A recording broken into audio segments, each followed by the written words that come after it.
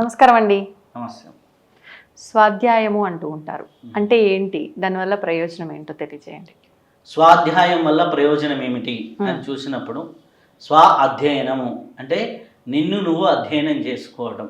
అంటే స్వ అంటే నీ ఆత్మ పరిశీలన. ఎప్పుడైతే వారు చేస్తున్నటువంటి మిస్టేక్స్ ఏవైతే ఉన్నాయో వాటిని విచారణ చేసుకొని ఆత్మ పరిశీలన చేసుకొని దాన్ని రోజు రోజు కూడా సరి చేసుకుంటూ వెళ్తే, ఎవరైతే ఈ విధంగా వారు జీవితంలో ఒక 3 ఇయర్స్ వారి జీవితాన్ని పరిశీలన చేసుకుంటూ చేయగలిగితే వాళ్ళకు ఉన్నటువంటి లోపాలన్నీ కూడా 90% కవర్ అవుతాయి. ఇది ఆత్మ పరిశీలనని మనం స్వ అధ్యయనము అంటే తనను తాను అధ్యయనం చేసుకోవడం. అదే ఆత్మ పరిశీలన చేసిన వాళ్ళు, ఆత్మ స్థితిని ఆత్మ సాక్షాత్కారాన్ని పొందిన వాళ్ళు ఎంతోమంది గురువులు ఉన్నారు. వాళ్ళు రాసినటువంటి జీవిత సత్యాలు ఎన్నో పుస్తకాలు ఉన్నాయి. ఆ పుస్తకాలను చదవడం ద్వారా తెలియకుండానే అవి చదువుతున్నప్పుడు వీళ్ళల్లో ఆ బుద్ధి చైతన్యం అనేది యాక్టివేట్ అవుతుంది. ఎప్పుడైతే ఆ బుద్ధి చైతన్యం అనేది యాక్టివేట్ అయిందో వాళ్ళల్లో విజ్ఞానమయ కోశం అనేది యాక్టివేట్ అవుతుంది. దానివల్ల వివేకము, విచక్షణ అనేవి పెరుగుతాయి. బుద్ధి పరిశీలన స్థితి అనేది మారుతూ ఉంటుంది. మనం ఇప్పుడు ఒక పుస్తకం చదవక ముందర మనము, పుస్తకం చదివిన తర్వాత మనము అనేది వాళ్ళ జీవిత ప్రభావం అనేది ఉంటుంది. ఇప్పుడు ఫర్ ఎగ్జాంపుల్ అబ్దుల్ కలాం గారి బుక్ చదివామనుకోండి, ఆయన జీవితంలో రామేశ్వరంలో ఎలా కష్టపడ్డాడు, ఆ రామేశ్వరం నుంచి ఎలా ఎదిగారు, వారు ఫస్ట్ సైకిల్ మీద ఆ మిసైల్స్ పెట్టుకొని వెళ్ళటం కానివ్వండి, అక్కడి నుంచి మన రాష్ట్రపతి అయిన దాకా అవి చూస్తే అబ్దుల్ కలాం గారి లైఫ్ అనేది ఎంతో ఇన్స్పిరేషన్గా ఉంటుంది. ఎందుకంటే వారితో నేను కలిశాను కాబట్టి చెప్పగలుగుతున్నాను. సో అబ్దుల్ కలాం గారి లైఫ్ అనేది ఒక ఇన్స్పిరేషన్ స్టోరీ. అలాగే మన చుట్టూ ఎంతో మంది ఉన్న ఇన్స్పిరేషన్ స్టోరీ. ఆ స్టోరీలు ఇప్పుడు మనకి ఏ సక్సెస్ఫుల్ గురువుని చూసినా కానీ అది ఒక ఇన్స్పిరేషన్ స్టోరీని. అలాగే మనకి ఏ సక్సెస్ఫుల్ పర్సన్ చూసినా లైఫ్లో మల్టీ డైమెన్షనల్గా ఎవరైతే సక్సెస్ అయ్యారో వాళ్ళందరి స్టోరీలు ఇన్స్పిరేషనే. వాళ్ళల్లో జీవితంలో ఏమి ఆచరించారు, వాళ్ళ టైంని ఎలా వాడుకున్నారు అనేది చూస్తే చాలా అద్భుతంగా మనకి అనిపిస్తూ ఉంటుంది అనమాట. నేను మొన్న రీసెంట్గా కేరళలో ఒక పెద్ద ఆయన్ని కలిసిన, కేరళ నుంచి వచ్చారు, ఆయన కలిశాను. 96 ఏళ్ళు 97 ఏళ్ళు. ఆయన చూడంగానే మీరేం తింటారు అని నేను అడిగా మామూలు క్యాజువల్గా. వాళ్ళు ఎక్కడ గుంటూరు ఈ ప్రాంతం నుంచి మైగ్రేటెడ్ అయ్యారు. సో అయితే వాళ్ళు ఏం తింటారు అంటే, ఏమి తిన్ను, ఏది టయానికి అది దొరికితే అది తింటానన్నాడు. ఎలా అంటే ఆయన జీవన విధానంలో ఏంటంటే మొలకల్లో పెట్టుకుంటాడు, ఏ ఫ్రూటో ఒక ఫ్రూట్ పెట్టుకుంటాడు, కట్ చేసుకుంటాడు, చాకు ఉంటుంది, ఆ ఫ్రూట్ కట్ చేసుకుంటాడు, ఆ మొలకలు తినేస్తాడు, ఫుడ్ అయిపోయింది. అంతే. ఎక్కడికి వెళ్ళినా కానీ కీరా ఉంటుంది కదా, ఆ కీరాని తింటాడు. ఓకే, నువ్వెందుకు ఫుడ్ బయట ఎందుకు ఎక్కడ పడితే అక్కడ ఎందుకు తినాలి, ఇలా ఎందుకు తినకూడదని అంటే నాకు అది చాలా అద్భుతం అనిపించింది. అది అప్లై చేయటం వల్ల నాకే తెలియకుండా ఒక ఉత్సాహం అనేది వచ్చిందనమాట. బయటికి వెళ్ళినప్పుడు నేను జనరల్గా ఈ ట్రావెలింగ్, షూటింగ్స్, ఇంటర్వ్యూస్లో బయటికి వెళ్ళినప్పుడు అది ఆయన దగ్గర నుంచి ఒక పాయింట్ నేర్చుకున్నాం. ఇది స్వాధ్యాయమే.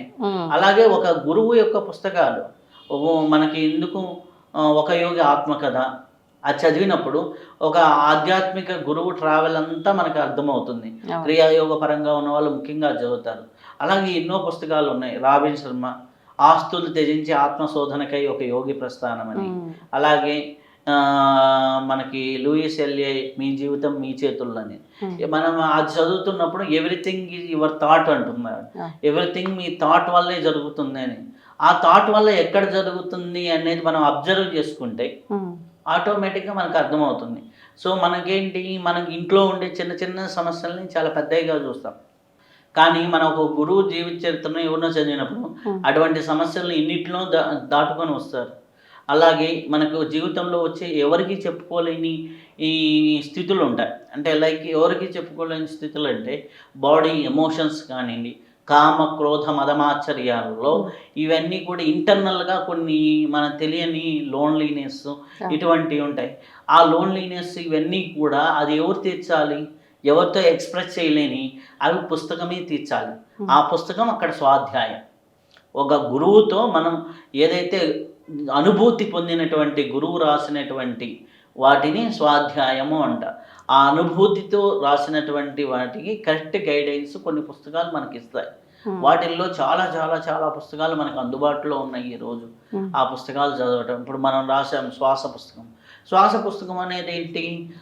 నీకు కొన్ని వందల మంది గురువులు శ్వాస గురించి చెప్పిన విషయాల్ని, శివపార్వతుల దగ్గర నుంచి వచ్చినటువంటి విషయాల్ని దాంట్లో క్రోడీకరించి పెట్టాం. అది ఒక సంకలనం.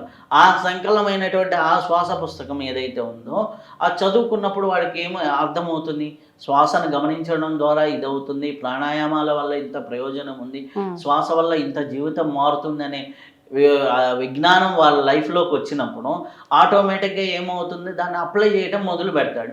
అప్లై చేయడం మొదలు పెట్టినప్పుడు జీవితం మారుతుంది. ఎంతోమంది ఇప్పుడు శ్వాస టెక్నిక్స్ని ఇవి ఫాలో అవుతూ వాళ్ళ జీవితాన్ని మార్చుకున్న వాళ్ళు కొన్ని వందల మంది ఉన్నారు. కొన్ని వందల మంది మన జీవితాన్ని మార్చుకున్న వాళ్ళు ఉన్నారు.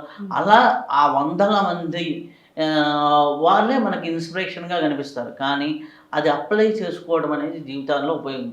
అంటే ఒక గురువు దగ్గర నుంచి అనుభవమైనటువంటి జ్ఞానాన్ని, ఆ జ్ఞానం పుస్తకం రూపంలో వస్తే ఆ పుస్తకం నువ్వు చదివిన తర్వాత ఆ పుస్తకం చదివిన దాని తాలూకు జ్ఞానాన్ని నీ జీవితంలో విచారణ రూపంలో అప్లై చేసుకోవాలి. విచారణ అంటే ఓహో నేను ఆ పని చేయగలుగుతున్నానా, నేను ఆ పని చేయగలుగుతున్నానా, ఉదయాన్నే 6 గంటలకు నిద్ర లేవాలి, లేయగలుగుతున్నానా, ఉదయాన్నే నేను వాకింగ్కి వెళ్ళాలి, వెళ్ళగలుగుతున్నానా, లేకపోతే ఒక మంచి అలవాటు నేను చేసుకోగలుగుతున్నాను. నిత్యం విచారణ చేసుకుంటూ వెళ్తూ ఉంటే ఒక 3 సంవత్సరాల పాటు నిత్య విచారణ ఎవరైతే చేస్తారో వారి జీవితంలో ఆటోమేటిక్గా పక్కన వాళ్ళు ఇతన్ని 3 సంవత్సరాలు అయిపోయేసరికి, ఏ సాధన అవసరం లేకుండా 3 సంవత్సరాలు అయిపోయేసరికి ఈయన్ని చాలా గొప్పవాడిగా చూస్తుంటాడు. ఆయన చాలా గొప్పవారండి, చాలా వెల్ బిహేవియర్ అండి, అంటే అన్నిట్లో ఆయన ఆలోచనలు చాలా పర్ఫెక్ట్గా ఉంటాయండి. ఎందుకు? సాయంకాలం పూట నేను ఏం మాట్లాడాను ఈరోజు, ఎవరితో ఎలా బిహేవ్ చేశాను, ఎట్లాంటి ప్రవర్తన కలిగి ఉన్నాను అనే విషయాల్ని సద్విమర్శగా తను తాను ఆత్మపరిశీలన చేసుకోవడమే నిజమైన స్వాధ్యాయము. తనను స్వయంని అధ్యయనం చేయడం, తనను తాను అధ్యయనం చేయడం స్వాధ్యాయం. అలా అధ్యయనం చేసిన వారి యొక్క గ్రంథాలని అధ్యయనం చేస్తూ దాని జీవితంలో అప్లికేషన్గా మార్చుకోవడం అనేది స్వాధ్యాయం. కాబట్టి ఈ స్వాధ్యాయాన్ని ఎవరైతే నిత్య జీవితంలో అలవాటు చేసుకుంటారో, దీన్ని అప్లికేషన్లో పెడతారో వారికి జీవితాలు మార్పు అనేది వస్తుంది. ధన్యవాదాలు. ధన్యవాదాలు.